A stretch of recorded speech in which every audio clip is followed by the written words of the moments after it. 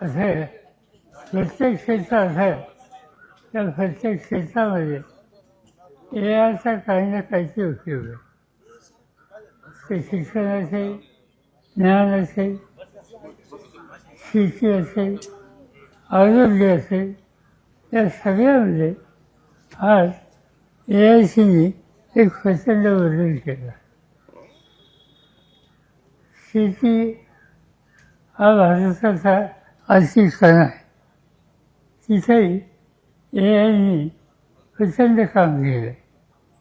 तुम्ही जर कधी वाराणसीला गेला आणि माझ्या शेतावर गेलात किंवा अन्य संस्थेत गेलात तर तुम्हाला त्या ठिकाणी नेहमी जी पिकं घेतली जातात आणि AIची मदत घेऊन पिकं घेतली जातात, त्याच्यामध्ये जमीन आसमानाचा फरक आहे उत्पादनाच्या संदर्भात आणि क्वालिटीच्या संदर्भात.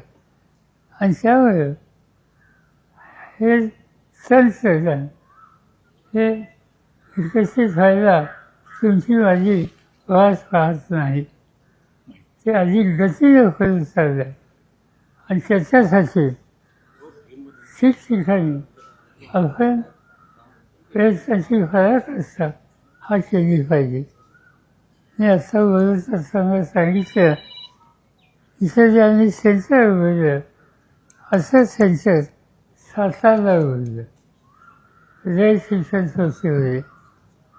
आणि आश्चर्य असं आहे की सातारचं ते सेंटर जे आहे त्या सेंटरमध्ये जवळपास 30,000 विद्यार्थी महाराष्ट्राच्या विविध जिल्ह्यामध्ये लाभ घेतात आणि आत्मसेवादार आज फिरत असतात.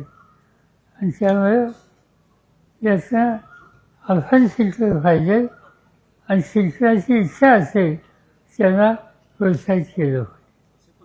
आपल्या शेतकऱ्यांच्या लँड होल्डिंग हा फार महत्त्वाचा विषय आहे. छोटे छोटे लँड होल्डिंग असल्यामुळं हे AI त्यांना हे तंत्रज्ञान त्यांना परवडण्यासारखं आहे. आपल्याला अर्धा एकर जर जमीन तुझ्याकडे असेल ते आपल्या ॲप्लिकेबल आहे आणि आपण सिद्ध केलं आहे. हा एक नाही 10,000 शेतकऱ्यांच्यावरती. जगातली ही अशी टेक्नॉलॉजी कुठेही नाही आहे की अर्धा एकरवाला सुद्धा बेनिफिशियरी होईल. आणि हे आपण सिद्ध केलेलं आहे आणि ते सगळ्या महाराष्ट्रात नाही सगळ्या देशाला उपलब्ध आहे. असं म्हणणं असं होतं की प्रत्येक शेतकऱ्याला 1 लाख रुपये कमी उत्पन्न मिळालंच पाहिजे. सबन ट्रस्ट त्या दिशेने काम करतो आहे. त्याच्यामध्ये अर्धा एकरवाला असो पाव एकरवाला असो ही विल बी बेनिफिशियल. असा मध्यंतरी यांनी महाराष्ट्रात साखर कारखाने सरकारी संस्था यांच्या लसीका घेतल्या आणि त्यांना विनंती केली की तुमचे सभासद शेतकरी जे आहेत त्याच्यामध्ये 84% शेतकरी हे 10 एकरचा असतेच लहान आहेत. त्या सगळ्यांना ही सुविधा आम्ही देऊ. आणि गंमत अशी होती की 10,000 शेतकऱ्यांनी पैसे घालून त्याच्यात सहभागी झाले आणि तो कार्यक्रम असा सुरू झालेला देशभर चालू आहे. म्हणजे UPमध्ये कर्नाटक, आंध्र प्रदेश आणि कर्नाटका आंध्रा तिथं शेतकरी आणि कारखाने आपल्याला बारामती येतात, शिक्षण घेतात, वापर करतात. मी फक्त एकच उदाहरण सांगेन, लोकांच्या माहिती करता बऱ्याचजणांना माहिती आहे. आता प्रमोद सर सांगत होते मला की ज्या माणसाकडे अर्धा एकर जमीन आहे 20 टन उत्पन्न करायचा तो आता 75 टन ऊस काढतो या निम्म्या खर्चामध्ये. किंवा ॲव्हरेज आम्ही आजच्या धनादार झाले 35-38 टनचा ऊस हा कमीत कमी 85 टन ते 150 टन निम्म खर्च कमी खतांचा निम्म पाण्याची बचत होते. म्हणजे हे अद्वितीय आहे. साहेबांच्या शेतामध्ये आता ते बोलणारच मी सांगतो कारण मी तिथे प्रयोग केले. साहेबकडे 30-35 टन केळी निघायची आता 55 ते 60 टन निघतात निम्म्या खर्चामध्ये. मी त्यांना म्हणतो कमिशन द्या म्हणून.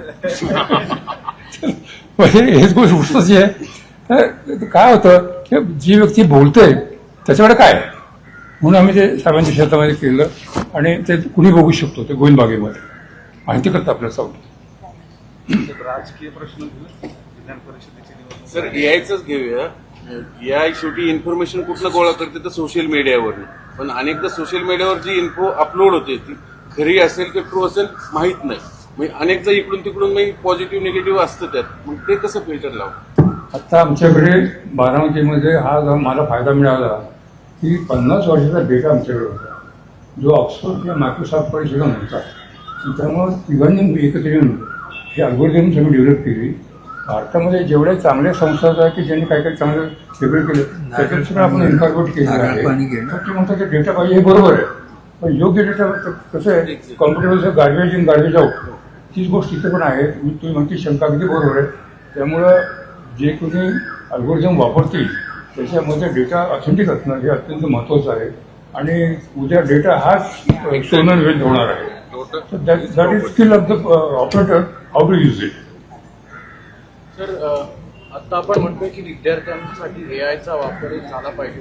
गेल्या काही दिवसांपूर्वी आपण बघितलं की या सगळ्या नीटच्या परीक्षेत झालेला जो गैरव्यवहार होता, सरकारने याच बाबत एआयचा वापर जर अशा मोठ्या परीक्षांमध्ये देखील केला तर हे कुठेतरी ज्या सगळ्या गोष्टी होत आहेत तर या सुद्धा कमी होतील. मग या सगळ्या फायद्याचा तो जर नियोग केला असता तर एआय पण माझा आनंद आहे की असा या कामाच्या सोडवणीची जबाबदारी ज्यांच्या नेमली ते व्यवस्था माझ्याकडे होते, माझ्या स्टाफमध्ये होते आणि अत्यंत प्रामाणिक आणि अभ्यासू व्यवस्था आहेत.